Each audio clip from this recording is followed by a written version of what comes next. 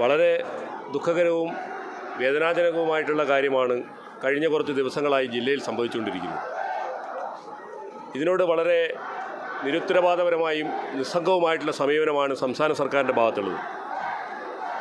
പ്രഹസനമാണ് ചർച്ചകളൊക്കെ, തീരുമാനങ്ങളൊക്കെ പലതും പറയുന്നുണ്ടെങ്കിൽ പോലും ഇത് നടപ്പിലാക്കുന്ന കാര്യത്തിൽ സംസ്ഥാന സർക്കാർ വൻ പരാജയമാണ്. കഴിഞ്ഞ 2 മാസത്തിനിടയിലാണ് 3 വിലപ്പെട്ട മനുഷ്യജീവനം നഷ്ടപ്പെട്ടത്. ജില്ലയിലെ ചുമതലക്കാരനായിട്ടുള്ള വനം വകുപ്പ് മന്ത്രി അദ്ദേഹം ഇതുവരെ ഈ പ്രദേശത്ത് സന്ദർശനം നടത്തുകയോ ഈ വിഷയങ്ങൾക്കൊക്കെ ഒരു പരിഹാരമുണ്ടാക്കുന്നതിനാവശ്യമായിട്ടുള്ള നടപടികൾ സ്വീകരിച്ച് മുന്നോട്ട് പോവുകയോ ചെയ്തിട്ടില്ല. നിരുത്തരവാദപരമായിട്ടുള്ള പെരുമാറ്റവും കാര്യങ്ങളുമാണ് അദ്ദേഹത്തിൻ്റെ ഭാഗത്തുനിന്നുണ്ടാവുന്നത്. അതുകൊണ്ട് ഭാരതീയ ജനതാ പാർട്ടിക്ക് പറയാനുള്ളത് അടുത്ത ദിവസം തന്നെ ചർച്ചയ്ക്ക് വേണ്ടിയിട്ട് വയനാട്ടിലേക്ക് 3 മന്ത്രിമാർ വരുന്നു എന്നുള്ളതാണ്. മന്ത്രിമാർ വന്ന് ചർച്ച നടത്താൻ നമുക്ക് താല്പര്യമില്ല. ഈ ചർച്ചകൾ പലവട്ടം കണ്ടതാണ്.